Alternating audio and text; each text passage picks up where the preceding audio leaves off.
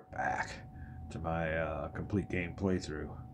It is in the middle of turn 11, which is evening on August 29th, and we come to a little decision on whether to initiate a Confederate attack across the front.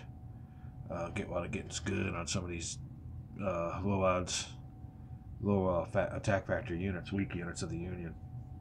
But come to the decision, I want to keep my factors. Don't want to risk any losses, so I'll just keep everybody there. There ain't gonna be no attacks there. Over here, I'd love for Ewell to retake Centerville. If I can draw somehow, fate would have it, I draw a Ewell chip on this next draw or so before anybody can come around. Give me an attack going back there and retake Centerville. Would be a nice little morale hit for the Union forces. Other than that, I don't. And also, I could use the Jackson wing shit maybe on a next draw. So we'll have to see what goes on. So I think it's just next draw time.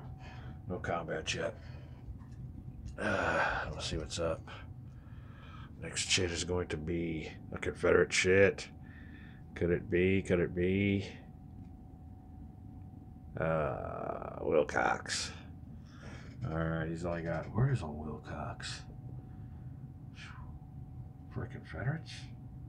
Longstreet's wing. Oh, there's one unit there. That's all Wilcox is? Oh, his other units are lost in the woods and won't get here till morning. Alright, well, got the lone Wilcox unit.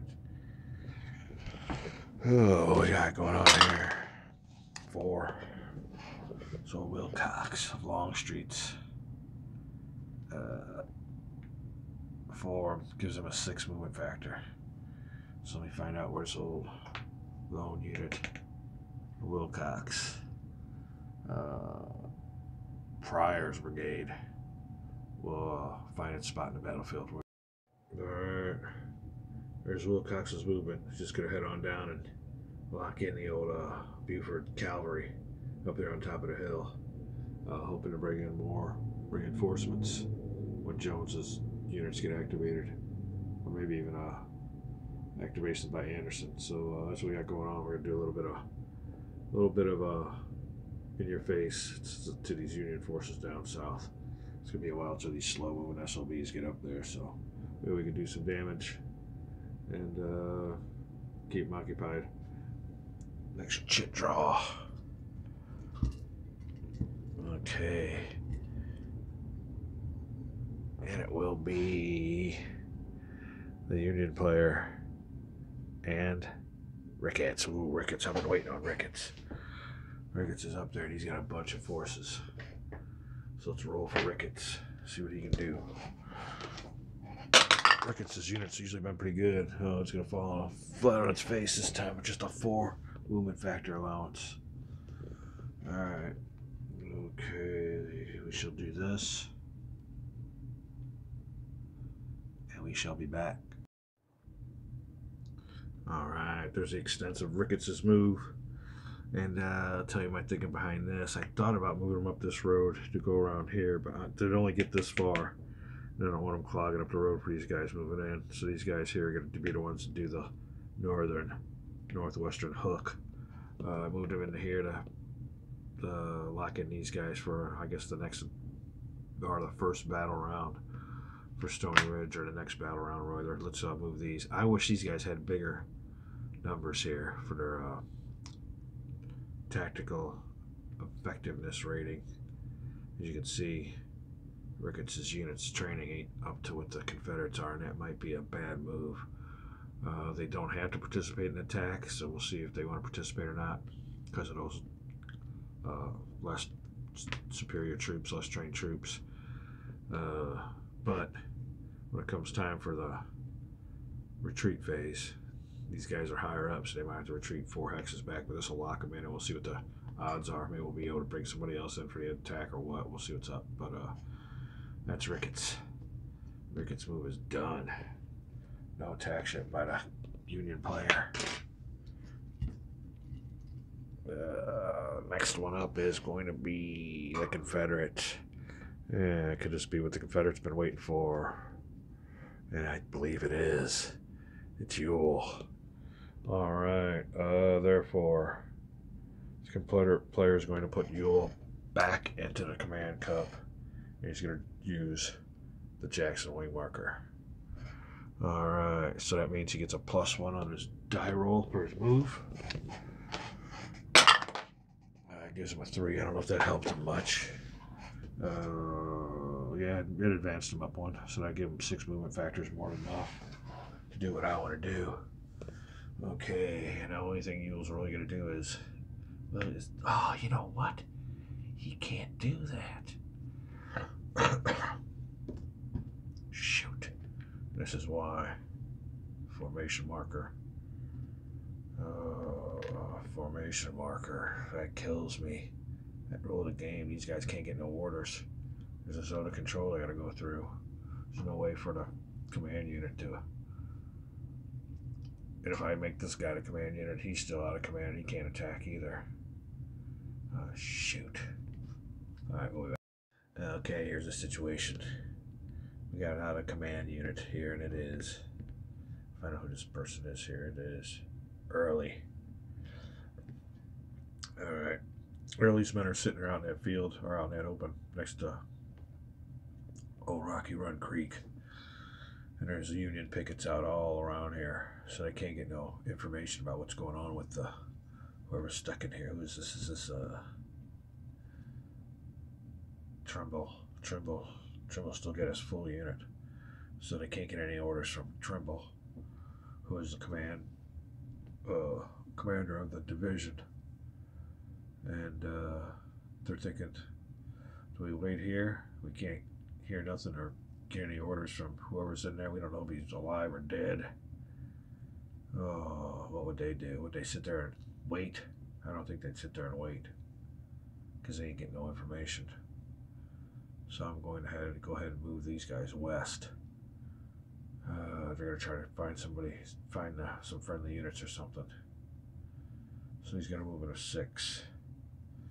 So he will move 1, 2, 3, 4, 5, 6. And this unit here is going to say, we ain't hearing from you. We can't hear from you. We don't know what's going on. We got to get that guy out of there. Meanwhile,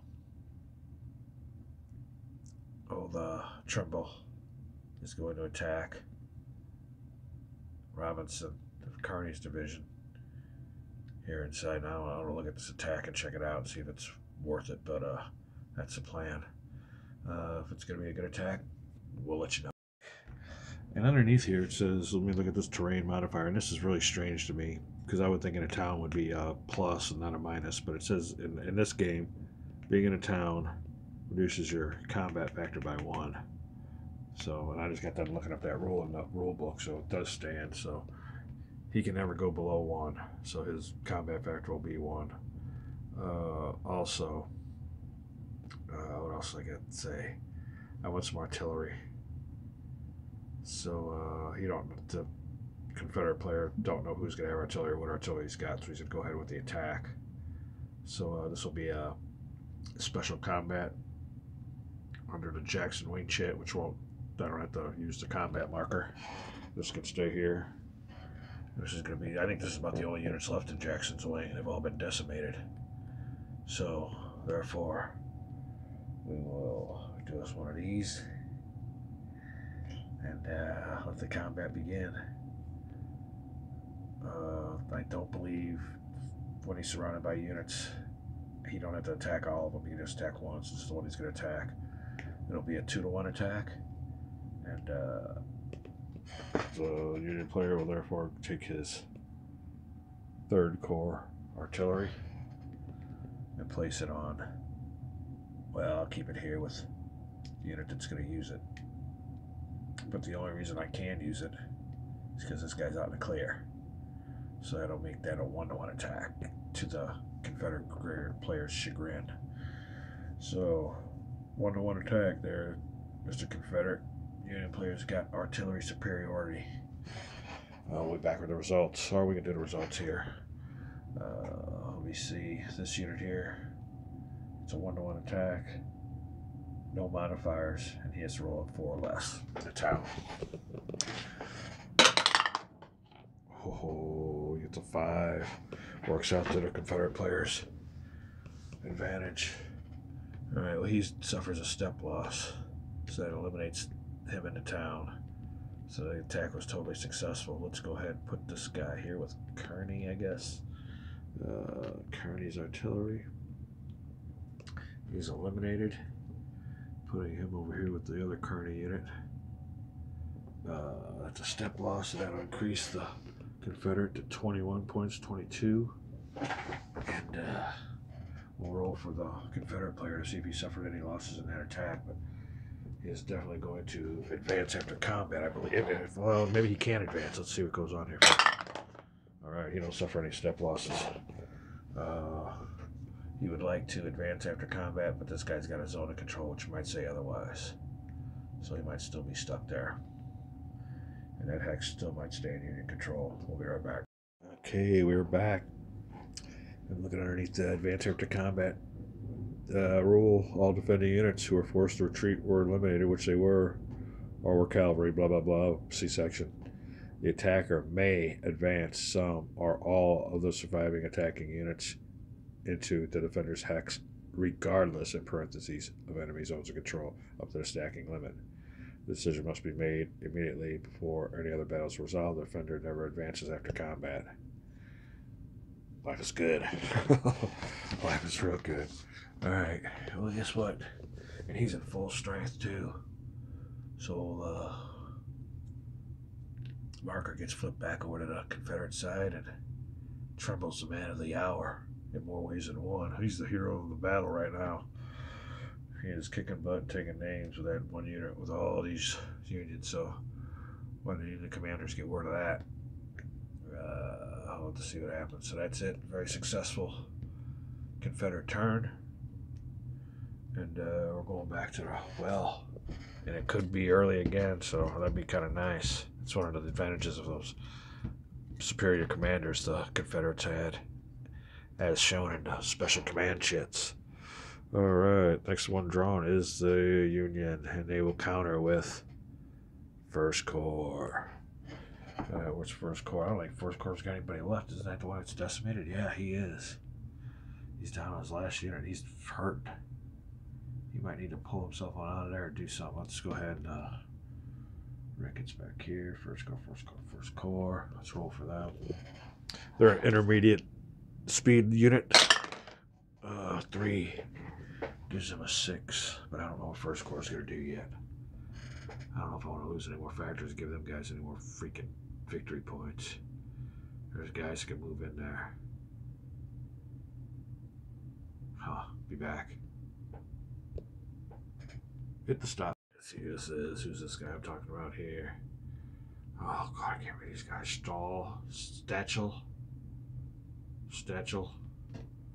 Stachel's brigade of the Schenck formation or division. He's pulling out of the old Joe Dogan farm, heading down the old Young Branch Road and stopping at Groveron. And he'll stay there. He won't get no zone of control, which is prohibited, but he will extend his zone of control, which might stop somebody from coming up here where we got some battles going. Vacates his hex and lets maybe somebody else move in, but I don't know who else moved in. Old Reynolds is the only one who's got movements left. So maybe if we draw his shit, he'll go up here. If he gets enough movement points, he's back there off a road, or we'll have to see what goes on. Because that is going to be it for First Corps. I'm ready for another shit draw. Oh, let's go ahead and take this target marker off there. My old cheesy target markers. Alright. Wow, what a change of things over there in Centerville. Okay, let's go over here and draw another chit. See what happens. And it is the Union player again. And it is 6 Corps. 6 Corps. I think they're moving some of bitches. No, they're not really. They're intermediate. They can get bogged on a 1 or 2 like anybody else. 3, 4, 5 only moves them 4. Oh, they're a slow unit. They don't have no 8 movement factors available. Who's the big dogs on here? We see these are all 8s. 8s. They don't have no 10s. Wow, those sort of Confederate players definitely got the advantage. Some of those big units can move 10 factors. All right, where I'm at here, I'm lost. Okay, get back to 6 Corps. The 2. Not really much on the freaking movements. That'll hurt. Where's 6 Corps at these days? Oh, is this some up here? All right. Okay. 6 Corps. That's satchel or whatever. Huh. 6th Corps in command formation. I think they're going to want to get rid of that little freaking thorn in their side. Yep. That could be time for the Union to attack also. Still got one more unit to move. Reynolds. And I don't know if that's the way this game goes, but it's kind of, to me, you wait until the end of everybody moves to get your formations in position. I mean, sometimes there might be some opportunistic attacks that can be made before, you know, the other guy gets to move, but generally I've been wanting to get my forces as a Union player in place before I do any attacks, so the combat's usually coming on my last chit draw.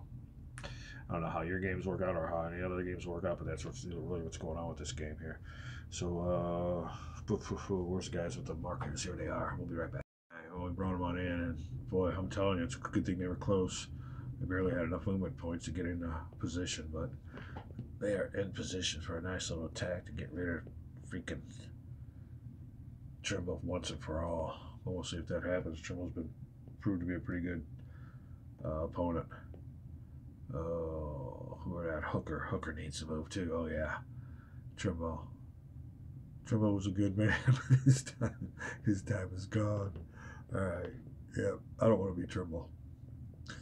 Yeah, I don't know how those Union prison camps were either, but all right, let's go ahead with the chit draw.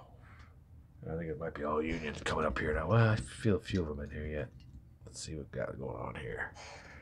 So I'm doing anything else? No, that's it. Let's see who's up. It is the Confederate player's turn. He's the next one to get a unit activated, and it's going to be Taliaferro. Now, I had somebody in my comments tell me this guy's name was T. Oliver. They call him T. Where do you get T. Oliver from Taliaferro? I think that's what he called it. It was T. Oliver. Talia. Now I'm Italian. I have the L-I-A at the end of my name too, so it's Garavaglia. So it'll be Taliaferro. Taliaferro. So, all right, whatever. What do we want to do here? Jackson's wings already been used, so we can't move him again. Ooh, if I could get Ewell again, he can get the heck out of there. Huh, that'd be nice. All right. Taliaferro. Or T. Oliver.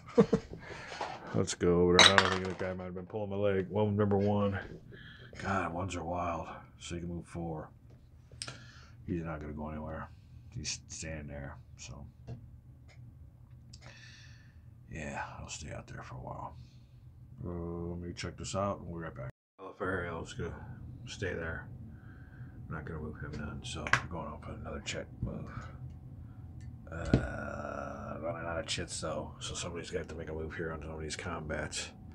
This is going to be a Union player, or no, Confederate player, and it is Anderson.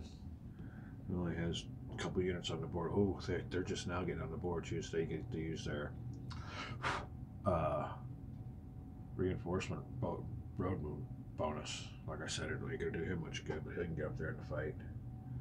So let's go ahead and roll for it. Well, yeah, roll for Anderson's units. With a 1. God, 1s are wild. Nobody wants to do anything. All right. We have a problem here, though, as most of you can tell by if you know the game already. Oh, shoot. Let's go ahead and put him as the out-of-command unit.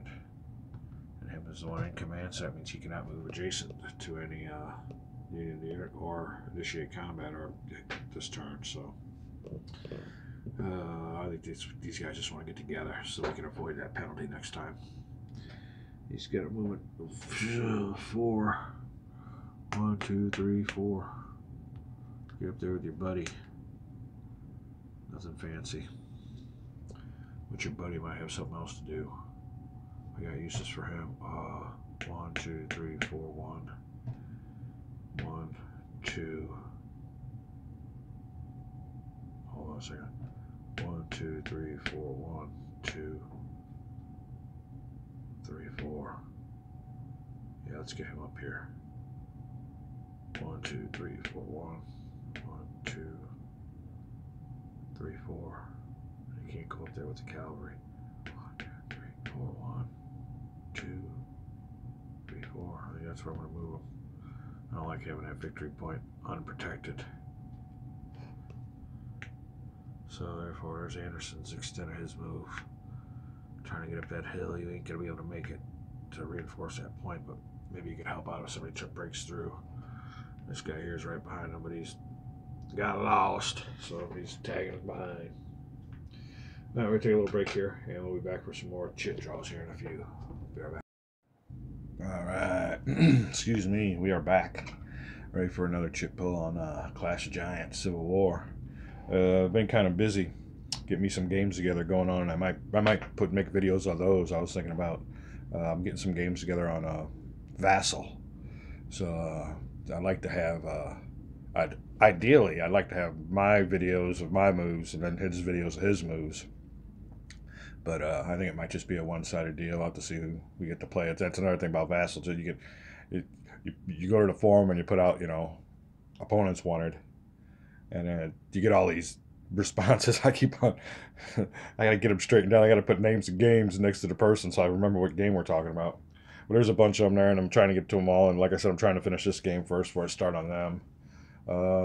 I still got about a month, maybe. It depends on the weather. Off until I have to go back to work.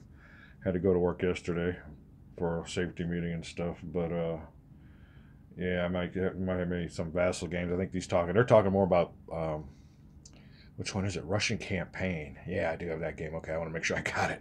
And War and Peace. That would be a neat game. But I was thinking more. I like these newer games. I mean, those older games are nice. It's always good to play a classic. But Fields of Despair, and I'd really like to learn how to learn this. Triumph and Tragedy. Get a little 3-player Vassal game going on that one. But we will see how it goes. We're here for a chip pull, so let's go ahead and get on with this game. It's starting to get pretty good here.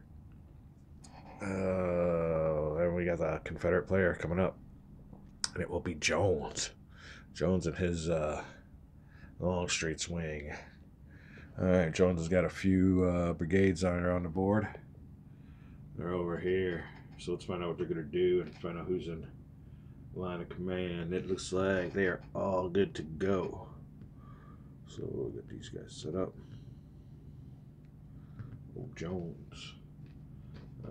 Jones, Longstreet. Okay, now do I want to do Longstreet's wing? What is all involved in that? Or should I have not picked this thing up yet? I know I haven't rolled yet, so let me see. Maybe I can play him in place when you do this. I think the cutoff point's if the guy rolls. If the guy rolls, you can't play it. So I haven't rolled yet. So hang on in there. Hang on in there. All right. Longstreet's wing. Now that is for the first turn shit pull, and everybody in his wing gets an extra point, so I don't want to use that right now. ESD Lee I could use for defensive. I think all Stuart's artillery and Teleferro's B battery are going to, and I don't know if that's a B battery, it just says Teleferro B, so I'll call it the B battery. These guys will probably all be used in defense. Let me see here. I'm going to look at the board. And since this doesn't work, we'll go down here to Jones, and he's one of the slower units. You can see here the old hood, light. All of Jackson's wing are fast movers, so they have a real good chance to, well, not a real good chance, but a 1 in 6 chance to get that 10. But Jones is a slower division, and we'll go ahead and roll for him. He gets a 4. So he's moving 6 movement points. Alrighty, I got everything all set up here. One thing I do between these moves is, because of videoing and, pressing stop, is I'll sit here for a while and make this move. I'm sitting down here listening to old Sasquatch Chronicles. I got my old thing going here. Oh, I want to make a video of my good old football game too. I love electronic football. and it's a lot more complicated than you think. So electronic football is coming up. But let me go ahead and sit back here, listen to some more Sasquatch Chronicles, and make my move. Loving life with some time off, and of course, Clash of Giants. We're back.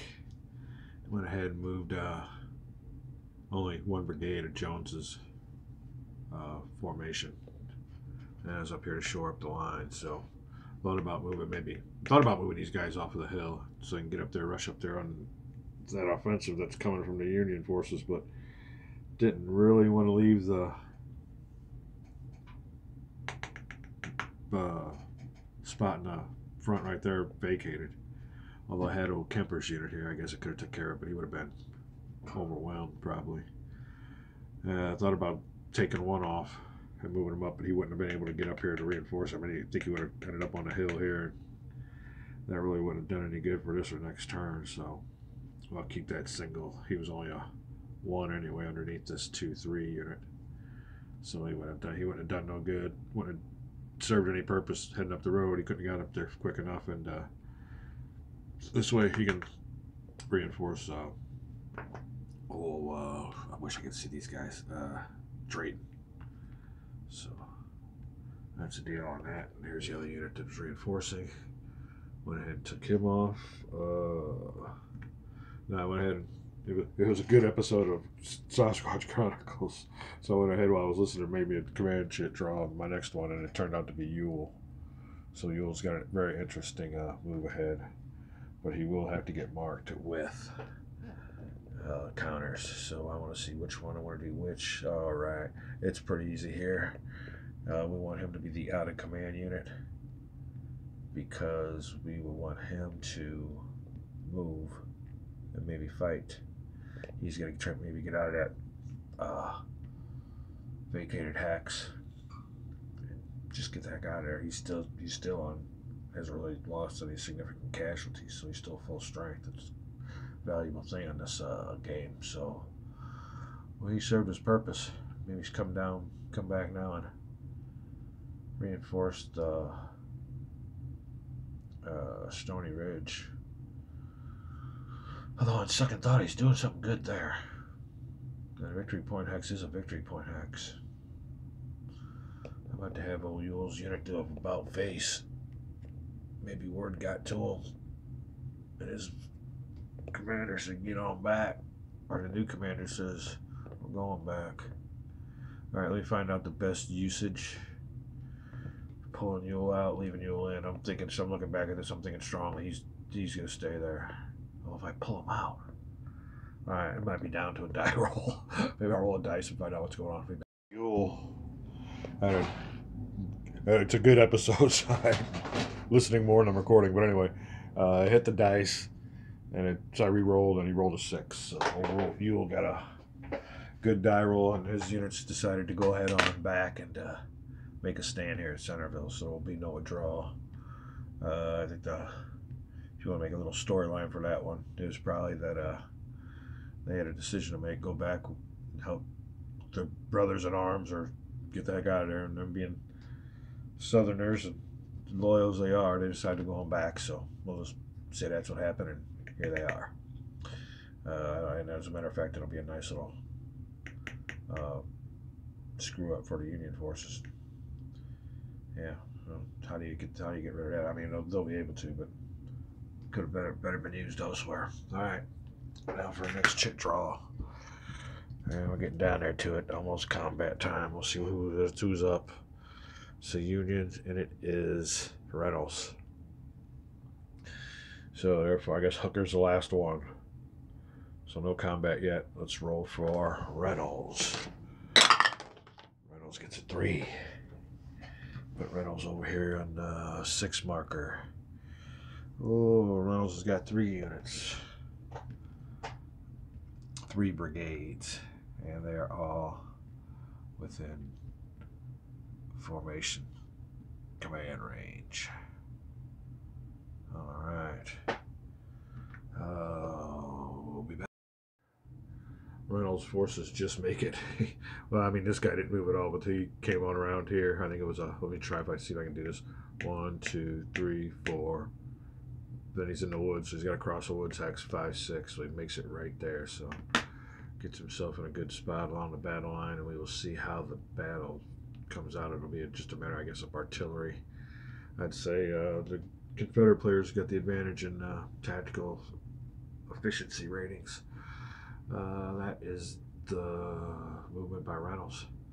There'll be no combat yet by the Union player. We still got some chits in here. I think 2, 1 on each side probably. And it will be the U.S. turn, and it could be, oh, no, there's more. They're both U.S. 5th Corps. These are the ones that are the slowpokes down here, so. Command ranges. Oh, there's a bunch of units in these guys. That 5th Corps was a big old. All right, let's see how many they can move. I think they're freed. -2 to starting first turn event, then turn 11, ending with turn 11 inclusive. So turn 11 is included. Darn it! Ending with turn 11 inclusive. Okay, well, -2 when they're freaking die roll again. They get a 2, so I guess it's as low as you can go. They can only move 2. Wow.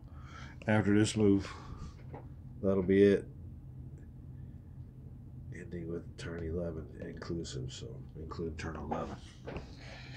Wow. that's the worst. 2 freaking. Let me see who's in command range. We'll go ahead and do it like just in case we need some combats. Go down here. Red. You guys are all in the red. I don't know what. I'd love to know the historical significance of that -2 die roll modifier.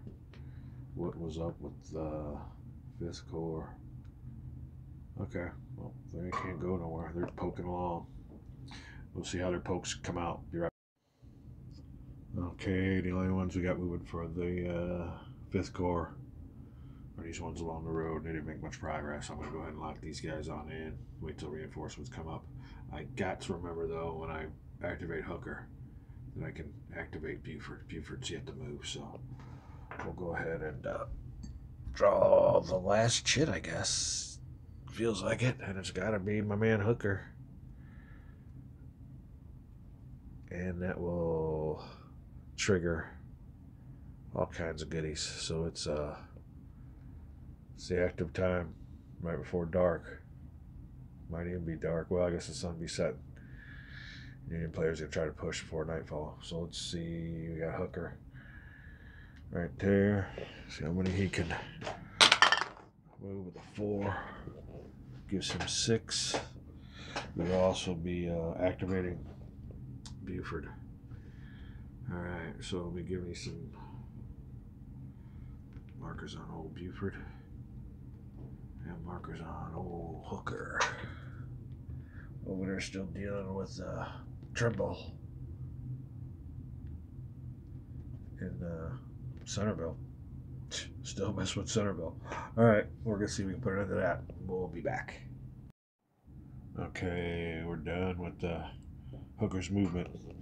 And I have, I'm running out of power, so I got a power cord on this thing, so I don't know how good that's going to be dragging it over the board, so let me try to see if I can get it without moving any counters. You can see where Hooker's, and what the important thing about Hooker's moves are, and I'm going to go ahead and take these things off, was they were able to get on around with this die roll and get themselves a flank attack going on with old Ewell, so Ewell served his purpose. Oops, see, I'm already knocking counters over here now. Alright, well, hold on.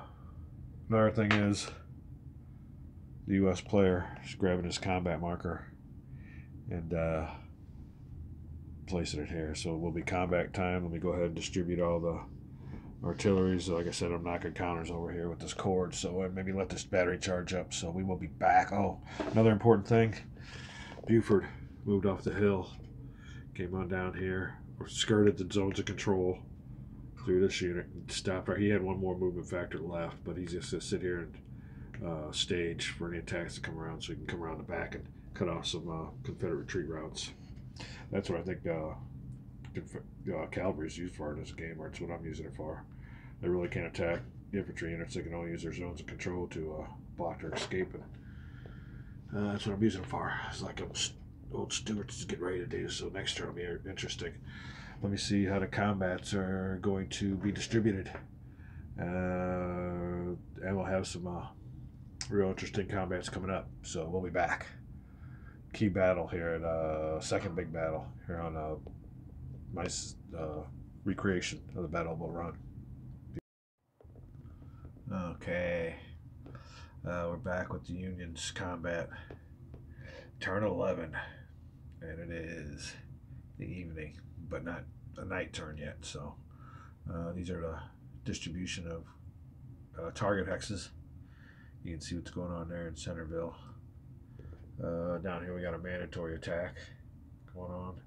And the one thing that is notable about this combat phase is the lack of Union artillery that can be used. He had a lot of artillery, but these units here aren't involved in the combat. So, and the bad news for the U.S. players, all the Confederate artillery was used in defense, as you can see over here on the main battle line. So I had some good attacks going, but with the addition of all the artillery for defense of the Confederate player, that might be a good canceller of my better odds attacks. So artillery might have a big part to play in this one. Teleferro's got his artillery there, and defense company or battery B.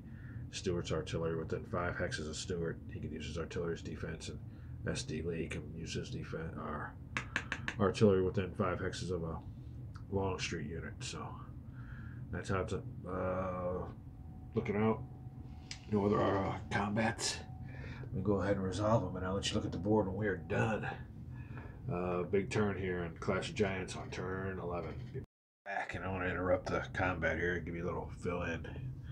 You can see what happened up here in Centerville. Centerville's finally been pretty well cleared of Confederate counters, Confederate units. Down here in the mandatory attack, it was a stalemate. They're both going to stay where they're at. No casualties, no retreats or advance after combat.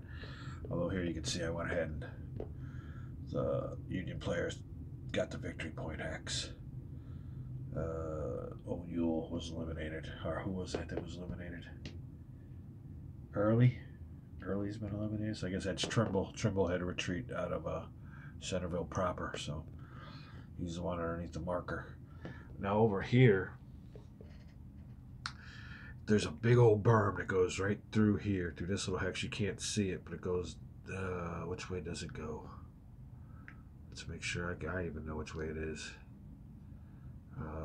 Put these units back here. A little bit. All right, well, this is what goes on here.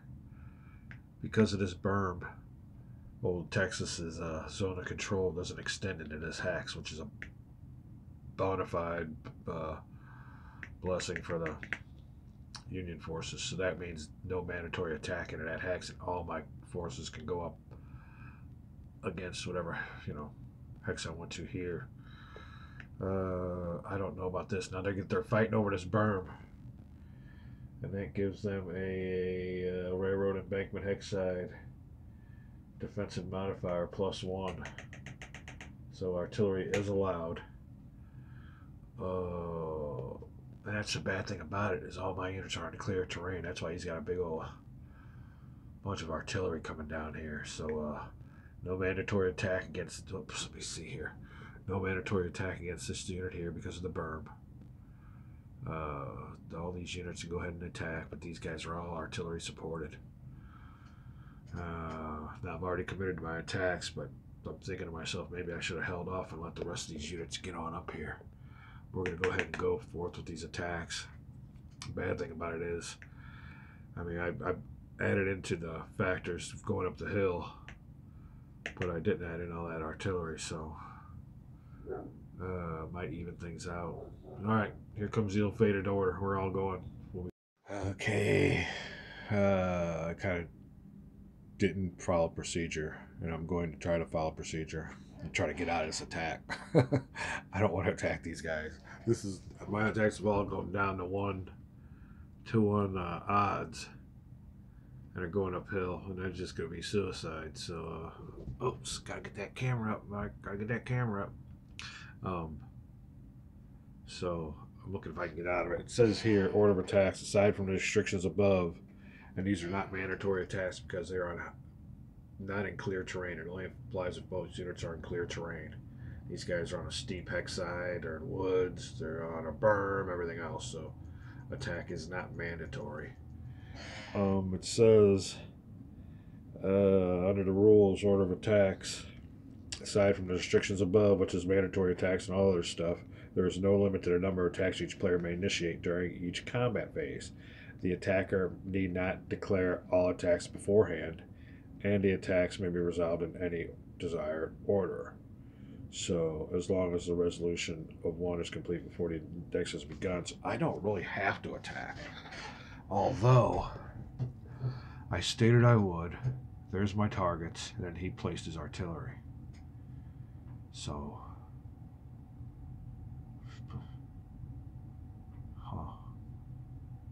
I mean, can I retreat? Can I resend the order? I'm going to resend the order. There's not going to be any attacks, but I will suffer a consequence when it comes to retreat phase. These guys are all going to have to move back on 3 or 4 hexes.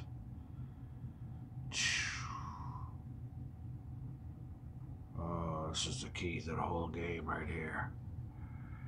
Oh, I need guys to come up. That artillery's a bear. And then you get no good artillery draws this turn. So, I don't see anybody that's mandatory attack. This berm here separates them. As a matter of fact, let's look at that too. That might come in here to play. As far as mandatory attacks go, let's go ahead and consolidate him. Consolidate him. I need to see what his berm is. Alright, berm comes down around here. Now this berm negates their zone of control. There's no zone of controls that go into. And it stops right here. Okay, so that further enforces the fact that they don't have to attack. The only thing that is stopping me is if I was in a real game, I would have declared my combats. But following that rule, I would have declared this combat. He would have known I was attacking here. So I would have looked at his artillery. I'm declining the attacks, so we're gonna go ahead and move all this out of here, clean all this up, and that's the end of the turn. So these guys here will all be moving back about 3 or 4 hexes. Okay, we'll be back. Okay, since I'm not going to declare attacks, my little attack counter comes to play still. Command cup is empty. The Union player did not use his combat, so no combat for the Union player. We are going into what's called the retreat phase. And it says here at the end of the operational phase, all friendly units in clear terrain adjacent to enemy unit in a clear terrain. Oh, in a clear terrain. All friendly units in a clear terrain adjacent to enemy units in a clear terrain at a higher elevation must immediately. They don't have to. Wow. That's fantastic. These retreats are recovered above 4 hexes remains in place and suffers a step loss. Well, hell, they're not in a freaking clear terrain hex. Let's see what that looks like here. Wooded and a berm. So there's zone of control. They can stay there all night. Alright, let's see what goes on here. That's a wooded hex. That's a clear hex. Clear hex, but it's got that berm on it again. We got that. Oh, it's just that berm just works out perfectly. Look at it goes. Here, look at this. Where's my goofiest thing? Oh, okay. Just don't worry about it here. You can see it here. The berm comes around there. It says zone of control. These guys are staying put. All right, we're moving into the night phase, and this could be a very interesting set of circumstances. I'm sure if I was playing a game with somebody, they might have bitched about it, but following procedures, I would have just went down to the, and I'm going to remember that from now on. Instead of marking all my target hexes, I'll go each one, follow procedures, and I would have got out of that mess. Although, I wouldn't have known what his artillery would have been. So that's kind of yeah, I would have said, oh, let's go, and he would have placed his artillery, and I would have been Scrooged. Oh, should I go ahead and rework that? Huh.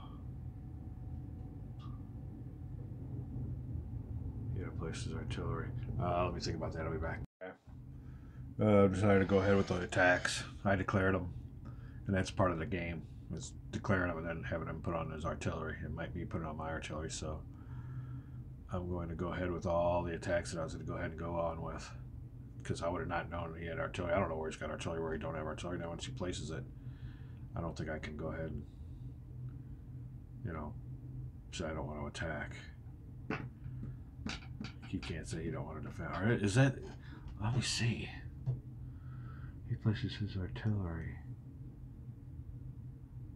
Then I can say I don't want to attack. Nah, I'm going to go ahead and use it anyway. All right, we're going to redo these whole things, and we're going to go ahead and attack. All right, first task going to involve Reynolds' forces, and it will be a 6 combat factors versus a 5. That's where that artillery kills me. So, guess instead of I guess it would have been a 1-to-1 attack anyway. 1, 2, 3, 4, 5, 6. Well, I was going to include some of these forces too in the original attack, but now he's got an artillery on there, and that's just it. I don't want to involve these forces to give them better odds. So anyway, 1, 2, 3, 4, 5, 6 versus a 5. It's a 1-to-1. I have to look at what the rules are for modifiers, but that's what the attack's going to be. Starting out with the odds is a 1-to-1 attack against Teleferio going up the hill, so there's going to be die roll modifiers and other things because of the terrain. I'll let you see the results. Be right back. All right, we got some modifiers here. These boys are going up a hill and over that berm. Up a hill's +1 to the Confederates. It used to be 4 defense factors, +1 for the artillery makes it a 5, but they get a +1 because they're going over the berm, or the attackers are coming over a berm. Another one +1 because the attackers are coming up the hill. So Confederate combined defense factor is going to be a 7 versus a 6, so it's a 1-to-2 attack. Whoa, bad news for the. All right. Well, that means we'll go through these. First unit, he has to get a 4 or less on a die roll, and a die roll is going to be a +1, so they got to get a 4 or less with a +1. With a 2. It's 3, so there's 2. That's a good roll for them. Okay, the next unit in Reynolds is Corps. I'm going down this way, the top one first. +1 with a 5. That'll be a 6. This should give the Confederate player a victory point for the step loss. I don't think the attacker ever retreats. He just takes the step loss, so give him that step loss. Go up to the next unit. 4 less +1. The 1, so he survives. So we'll go ahead and do this. These guys here, I'll get a -1 on their roll. So the first one will be Teleferio, -1. Looking for a 4 less. 3, Teleferio comes out unscathed. The one beneath him, 4 less -1. It was a 3, so they come unscathed. So it's I'd say it's a pretty good result for the, what do you call it, the Union player. Okay, now after that loss, the Union player's not attacking no more. I can see what's going on. Now I'm going down the line, seeing this. He would have committed no artillery yet because my attacks, I'm just going down the line.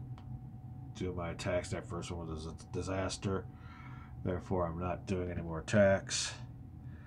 Put these back up here on their little spots. Yeah, I need some better odds and some other things I have to get going on here. We need more units. So there'll be no more of that nonsense. Alright. No mandatory attacks. Retreat phase. No mandatory retreats like we just said because of that berm. Let's go back here. That was it. Kind of a anticlimactic on Stony Ridge, but that's what's going to happen. Oh, night phase. Simultaneous surrender. Uh-oh. What's that all about? Night phase. We did a retreat phase. Now we're going to night phase. Night turn. Oh, night turns only, so it ain't turned yet. Oh, okay. Game turn end phase. It's not a night turn, so. Retreat phase at the end. Blah, blah, blah, blah, blah. We already discussed that. Both players check for automatic victory. There is none. Remove all markers. Advance the game turn. Alright, mutual reinforcement. And there will be some reinforcements coming in, so we'll be back.